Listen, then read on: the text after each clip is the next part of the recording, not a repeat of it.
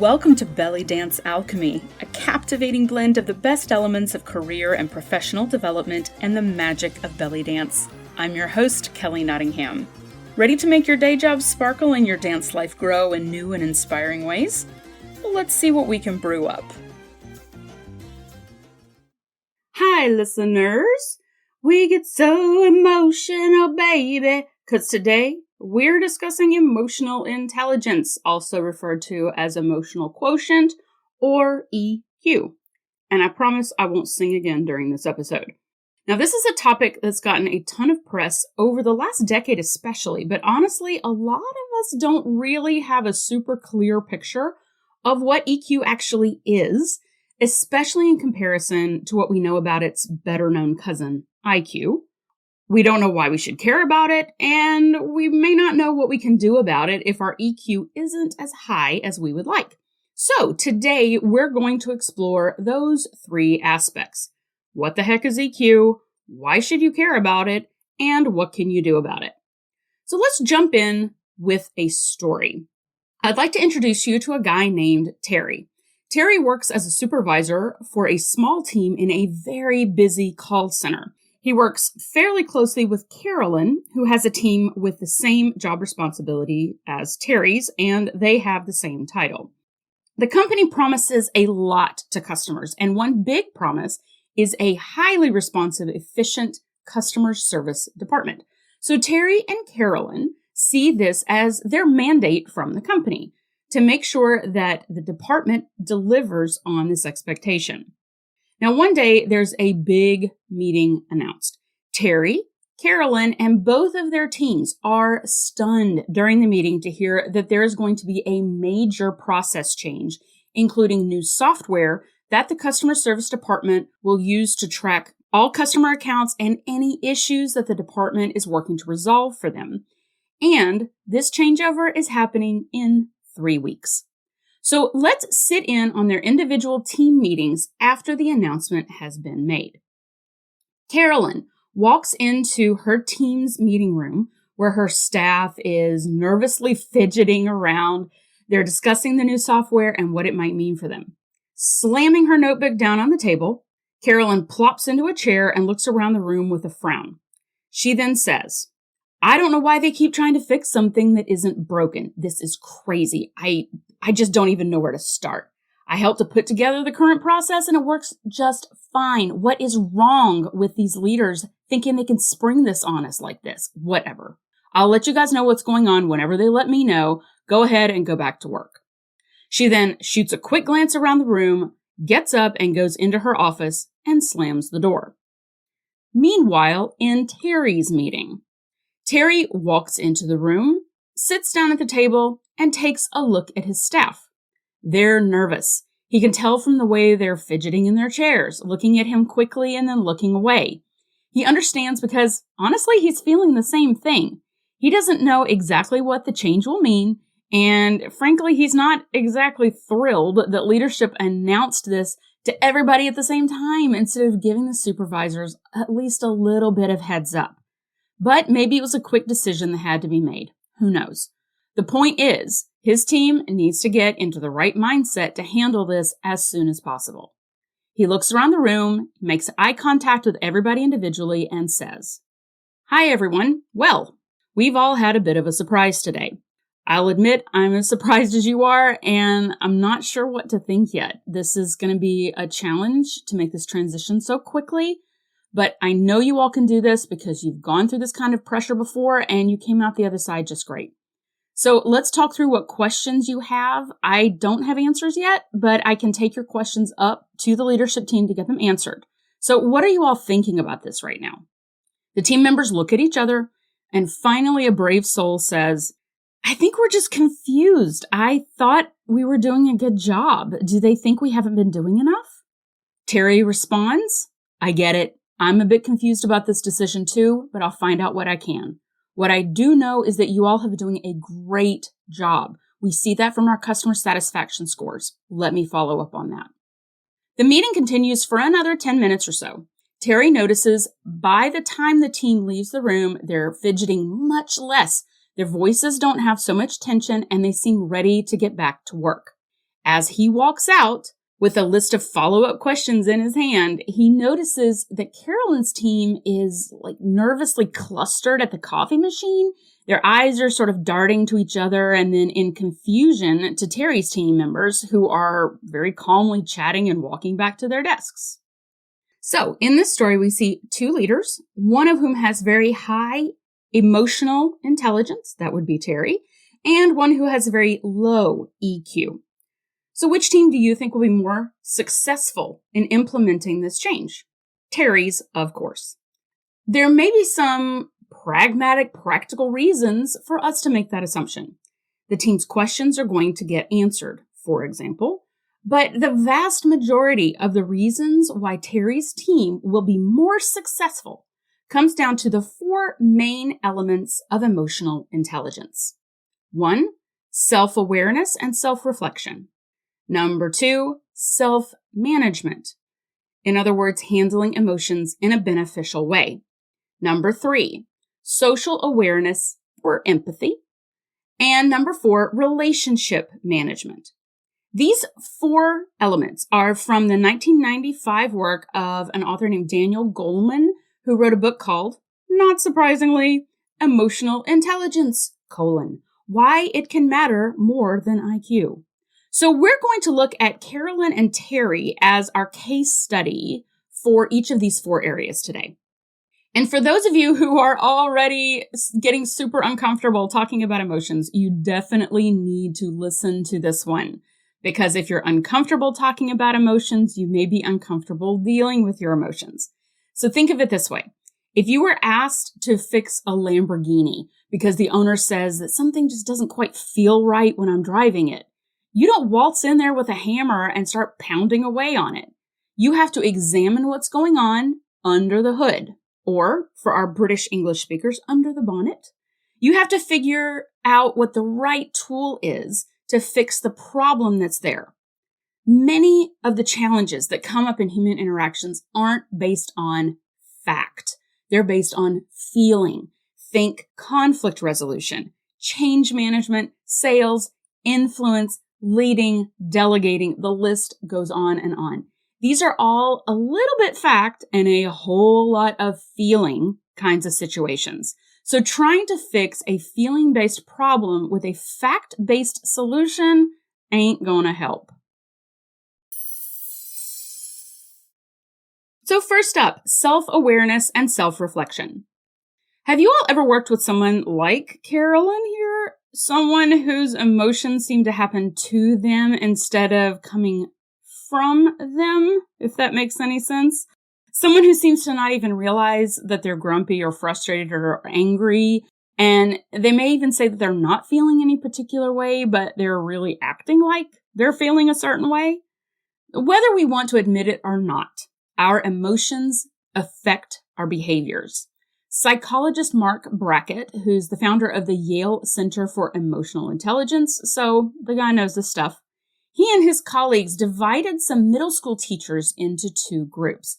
Now, middle school, for our listeners outside of the United States, is for students roughly around ages 10 to 13 years old, just so you have some perspective here. One group of teachers got into a good mood by remembering positive classroom experiences, and the other group was basically put into a bad mood by being asked to remember negative classroom experiences. Then all of the teachers were asked to grade the exact same essay. The teachers who were in a worse mood scored the essay a full letter grade lower than those in a good mood. But here's where it gets really interesting. Most of the teachers said they didn't think their emotional state had any influence on their grading, even though when researchers looked at the numbers and the essay scores, it clearly did. So whether we like it or not, our feelings affect our thinking and our behaviors. When we don't acknowledge our emotions or we kind of stuff them down or pretend that they don't affect us, we're actually just giving them more power because we're letting them take charge of us without us even trying to manage them. So, how aware of your emotions are you on a daily basis? Let me caveat that question by saying that I'm not asking if you sit and stare in the mirror having deep feeling discussions with yourself every day. What I am asking is this. If at the end of your day, your neck is tight and your head hurts, were you aware whether or not you were feeling stressed at all during the day? Or did that stress kind of fly under your radar? Now, if you felt like you had, let's say, a productive work day and you feel optimistic that day, was the optimism there first and that caused the productive work day? Or was the productivity there first and that caused the optimism? So this is one of those which came first, the chicken or the egg kind of questions. The reason that we're looking into this and asking ourselves these types of questions is that self-awareness and self-reflection go hand in hand in helping us strengthen our emotional intelligence. We have to pay attention to all of our emotional reactions, especially the big ones, but instead of just wallowing in them like a sad, never-ending pity party, we pay attention to them with the goal of learning about ourselves from them. So here are some additional ways to dig into our emotions to understand what they're trying to teach us. When do these emotions show up?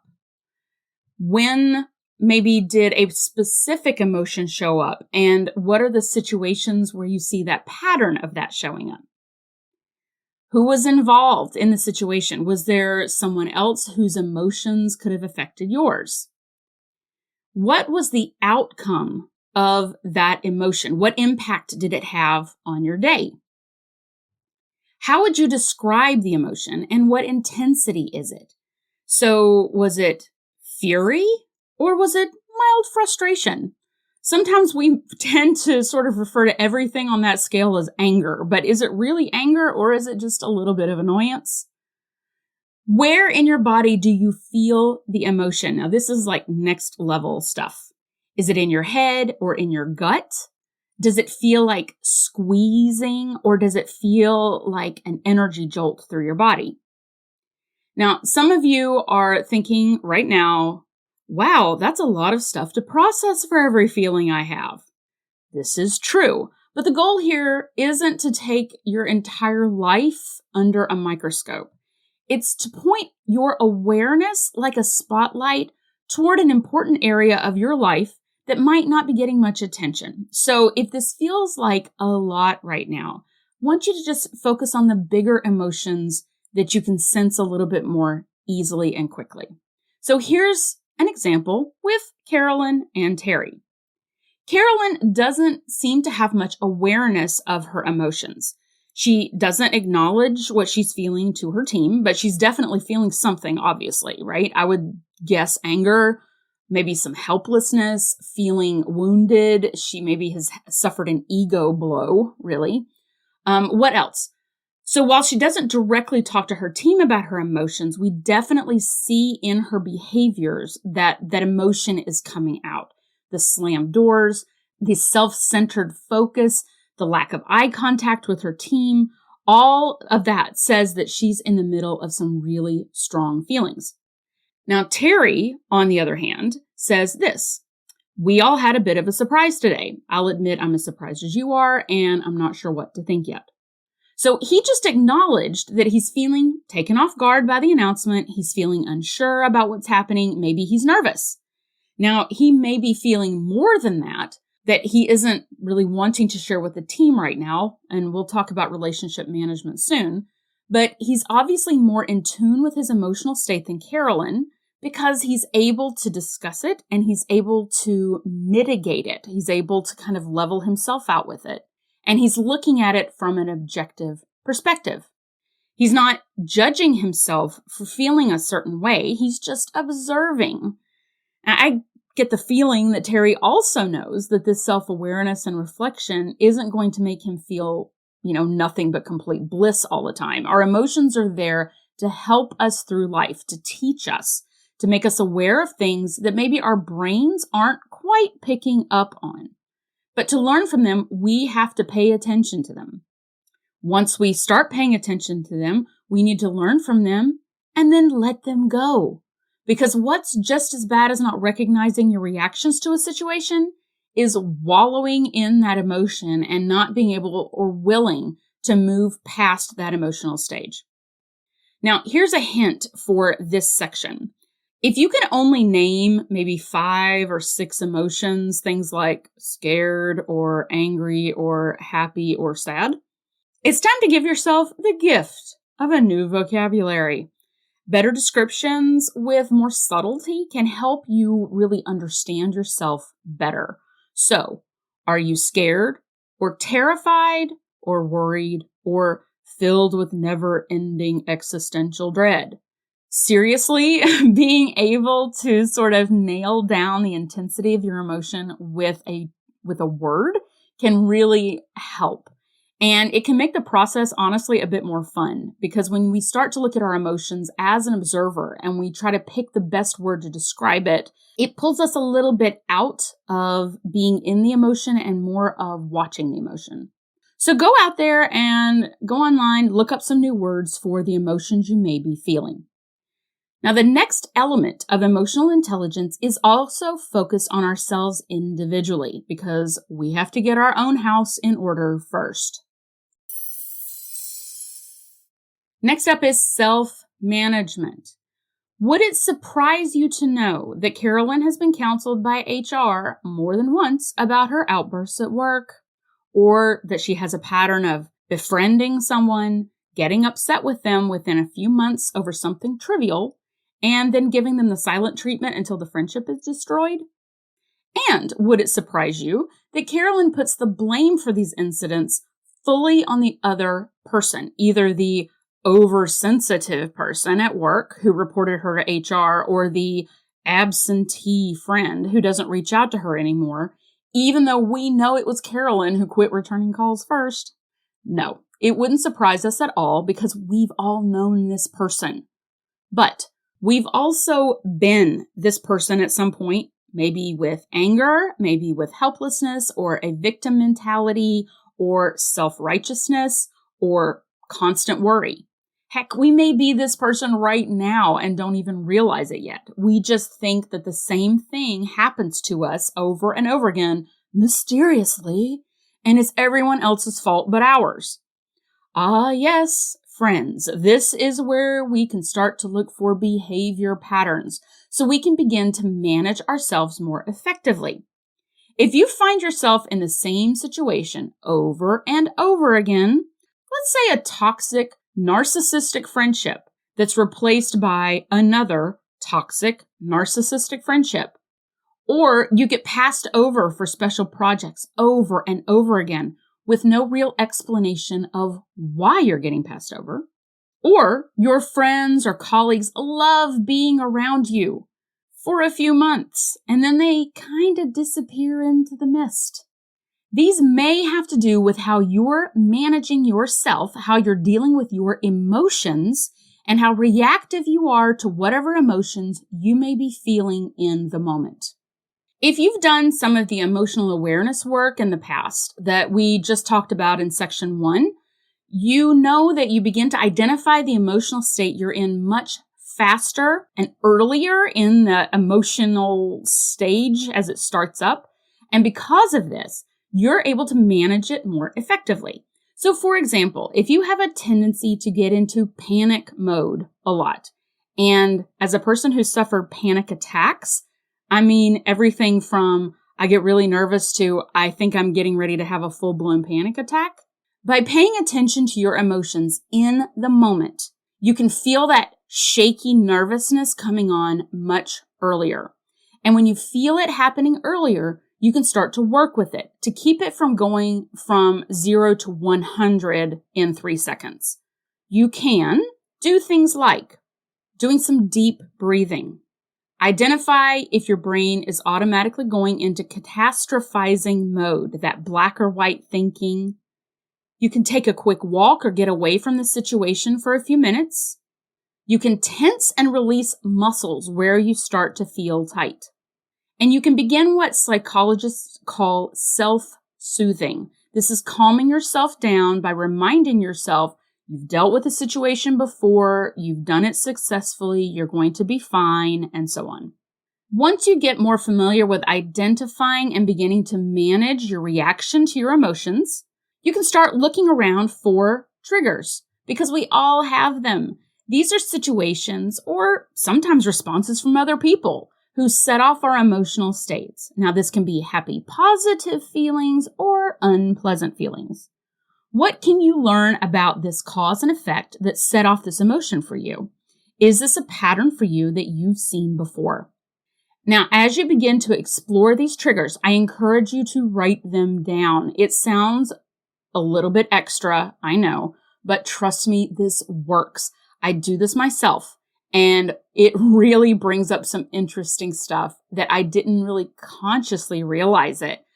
In our example here, Carolyn does not seem to be aware of a trigger that she has. Change is apparently a big one for her, especially combined with that additional trigger of not having any input into the decision being made. So, becoming aware that, number one, a change was just announced, and two, she had no voice in the decision, she can predict that her normal response would be anger and helplessness. And she can start the deep breathing, the muscle squeezing and relaxing, the self-soothing, and the self-talk that can help her manage her emotions, hopefully before she starts slamming doors yet again. Now, can we assume that Terry doesn't feel strong emotions in this situation? Nope, we don't know because he's managing them so well. He may be super panicked on the inside, but it's not showing because he recognizes that he tends to react a certain way when changes are announced, and he doesn't have any heads up about it. Now, instead of getting upset or frustrated or angry with that, he knows that the most effective method of handling himself is to breathe, reach out to others, and get the answers he needs to feel more secure about the change. Now, this brings up a super interesting point. While Carolyn is expending a ton of energy being mad, which isn't fixing the situation in any way, Terry is using his anxiety about the change in a productive way. He's actually using his anxiety as a tool to connect more with his team. More on that in just a minute. And to get his brain moving to, what questions do I have about this change? So this is a great example of harnessing our emotions to help motivate us. When we understand how our emotions impact us, and these can be both positive or negative emotions, quote unquote negative and positive, we can utilize the energy those emotions give us in a productive way. I like to think of it kind of like this. Our emotions are little chemical reactions happening in our brains and bodies. Chemical reactions are energetic. Trust me on this one. I burned myself so many times in high school chemistry class proving this is a fact. When we sit and just stew in our emotions or wallow in them for a longer amount of time than is honestly useful, we're not going to push them away. Remember, we're acknowledging and learning from them.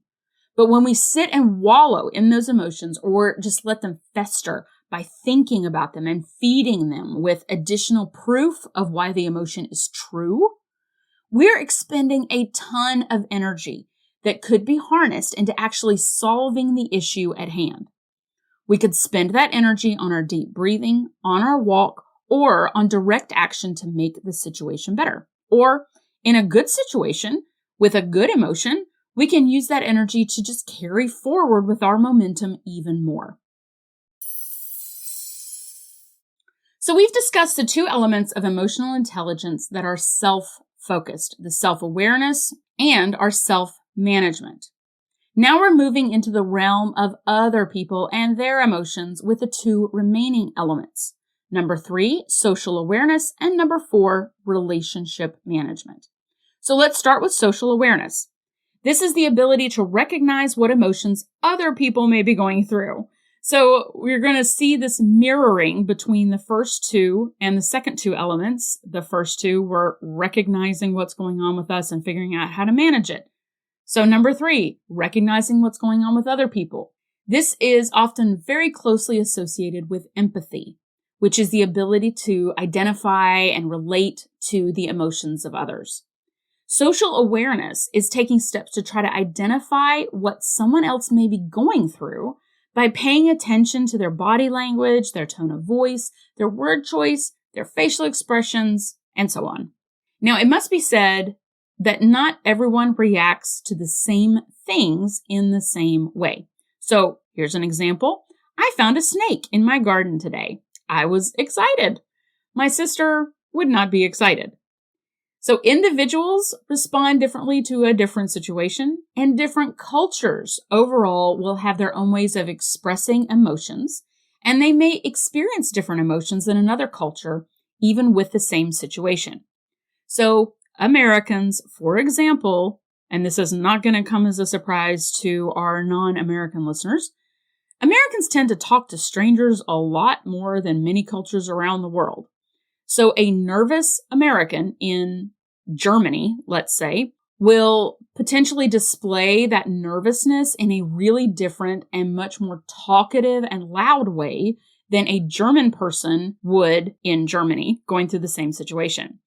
So there's the possibility here for a broad difference in both individual and cultural interpretations of the same observable behaviors. However, that doesn't let anyone off the hook. The answer to this is to work harder to get to know that individual and or culture better so we can be more empathetic. So social awareness and empathy are very similar. Where social awareness goes a bit further as a strategy for developing your emotional intelligence is that social awareness also requires us to pay attention to how our emotions and behaviors affect other people. And this then circles back into the self-management we just discussed.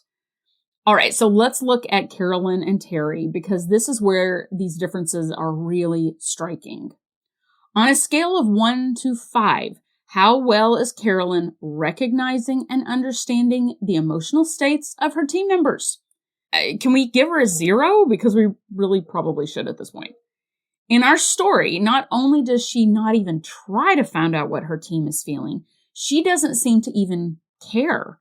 Her focus is totally on her own emotional state, and her team is suffering as a result. Now, lest you think that my example was an over-exaggeration, once in a change management workshop I was leading, a participant who was a team leader came up during a break to tell me how panicked she was about an impending change for her department. She said, "I just can't even function." She said she couldn't think, she couldn't work, she couldn't deal with people. So she said she sat in her office all day with the door shut, trying to figure out what to do. But in truth, she was just sitting there panicking by herself. I think she wanted another person, me at this point, to say, "Yes, you are absolutely right to be in panic mode." Instead, my first thought was, oh, her poor team is having to try to manage through this change with 0 leadership. So when you have a leader who has no self-management and no social awareness, well, that's a recipe for a team that will eventually find someone else to work for. And honestly, this can be true for both positive and quote unquote negative emotions. If you have a fakey, happy person who doesn't seem to be able to understand that their team is struggling with something, the team is also going to have a hard time relating to that leader, and they're going to have a hard time having trust in that leader. Now, Terry, on the other hand, is striking a really smart balance between his own self-management and being aware that his team is also experiencing emotions that may or may not be the same ones he's feeling. He also is aware that his emotions can influence their state as well. Emotions are contagious. So he asked to find out more about what they may be thinking and feeling if he doesn't quite know. This is what social awareness is all about. Take what you've learned about yourself through the self-awareness portion and shine that light onto the people around you. So how aware are you of the emotions of the people around you on a daily basis? What situations are happening when these emotions show up?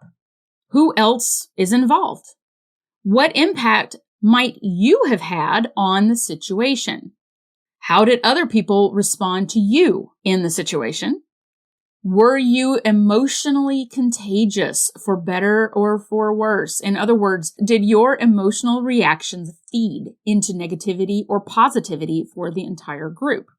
And now that we've spent some time reflecting on what emotions others may be experiencing, it's time to figure out what we can do about it. Our last element builds on that awareness we've been gaining of others and takes it into action mode. This element is relationship management. Relationship management is all about how we can use our ability to manage our own emotions, plus the knowledge that we've built around understanding the emotions of others to build and maintain effective, collaborative, and trust-filled relationships with others. I want to say right here that this is not about manipulating people's emotions in an unscrupulous way. It is about using your own emotional intelligence, both about yourself and about how emotions affect others, to build healthy, strong relationships that are mutually beneficial to all parties involved. It's also modifying your own behavior to keep those relationships strong, as well as recognizing when you may need to set some boundaries with others whose EQ, frankly, just isn't where it needs to be. So here are some shockingly simple ways to strengthen your relationship management skills. If you listen to my Networking the Non-Icky Way episode, some of these will sound familiar. First, smile. Smile at people. Say hello first. When someone greets you, respond to them in a pleasant way. Yes, even if you're in a rush. Yes, even if you're busy. Be curious about others. Ask questions and then actually listen to their responses and their ideas. Great listeners learn really quickly what their conversation partners' challenges and successes are. Great relationship builders remember that info for later and find opportunities to help. When you listen, do it with your whole being, not half of one ear while you're trying to do 47 other things. Simple body language choices like facing the person who's speaking, looking at them and not your phone go a very long way, especially nowadays. People will know who you are underneath it all by how they see you treat others. As Malcolm S. Forbes said, quote, "You can easily judge the character of a man by how he treats those who can do nothing for him," end quote. So how do you treat those who can do nothing for you? Identify how you can be of service to others. Can you introduce them to someone who may benefit from meeting them? Take a few minutes out of your month just to be an introduction maker. Make it a goal that people are treated fairly around you, no matter what their role or power level. So what does this look like? When you see that a quieter person, maybe on the lower end of the power dynamic, is trying to speak up in a meeting but is being talked over, politely interrupt and say, "Excuse me, I think Nadia has something she wants to add." It's the meeting equivalent of pulling into traffic so that someone else who's struggling to merge in is able to merge in front of you. Observe, observe, observe. Become a detective of social behavior in times where things are great and in times when things aren't so hot. Ask whether you could do something differently next time to get a different result from other people. In other words, be a Terry and not a Carolyn. And yes, I am well aware that this all sounds like energy you'll have to expend. That's because it is energy you'll have to expend. But here's the amazing thing. Once you get into the habit of building and maintaining those strong EQ skills, they become so much easier that you might not even have to think about them consciously. They become just the way you interact with other people. And the benefits far outweigh the costs. Just ask Carolyn. All right, everyone, it's time to take this one for a final spin. We talked about the 4 elements of emotional intelligence today. Number 1, self-awareness. 2, self-management. 3, social awareness. And number 4, relationship management. Over the next 2 weeks, I'd like for you to pay attention at least 2 times a day to how you're feeling. If you need to set a reminder for yourself, do it. Ask yourself, what are you feeling? What's the intensity of the emotion? And what is the emotion trying to tell you? Be curious about yourself, and then let the emotion go. Next, in your social settings, whether they're work meetings, social events, family get-togethers, or dance class, practice observing the people around you. What can you pick up about how they're feeling through their facial expressions, their tone of voice, or their silence, their body language? See how many different people you can observe, noting similarities and differences between them. What can you infer from their reaction to the situation that they're in? How can you strengthen your interpersonal relationships to each of them most effectively as individuals? Lastly, I'll leave you with a quote from the man of the hour, the author of the book on EQ, Daniel Goleman. Quote, "The rules for work are changing. We're being judged by a new yardstick, not just by how smart we are or by our training and expertise, but also by how well we handle ourselves and each other." End quote. Good luck, everyone. I would love to hear from you as you start exploring your EQ. Talk to you soon. Bye. If the pandemic lockdown has made you aware of some major changes you want to make in your career or dance life, I can help. Maybe you realize you hate your current job, or that you're holding yourself back from making a big life change that deep down you really want. Now is the time to start building momentum for the future. I've spent my career in professional development and training at Fortune 100 companies, leading training initiatives and coaching people from frontline employees to executive-level leaders to improve their relationship to their work, their colleagues, and themselves. If you think some non-judgmental support and gentle nudging would help you to get going, give me a call to discuss one-on-one coaching and consulting. If your organization or company is ready for an injection of new ideas, energy, and practical tools to improve company culture and efficiency, let's chat. I have off-the-shelf workshops ready to bring to your organization on topics like effective communication, change management, presentation skills, and a suite of leadership development workshops, just to name a few. Custom workshops are also an option. For a 30-minute complimentary consultation, email me at bellydancealchemypodcast@gmail.com, go to bellydancealchemy.org, or reach out to me on LinkedIn or via the links in the podcast notes so we can see if I'm a good fit for your needs. Well, thanks for listening. If you like what you hear, please subscribe to this podcast and share the magic with your dance friends. If you want more, you can sign up for our mailing list at bellydancealchemy.org, or you can email me your suggestions and feedback. I would love to hear from you at bellydancealchemypodcast@gmail.com. Bye.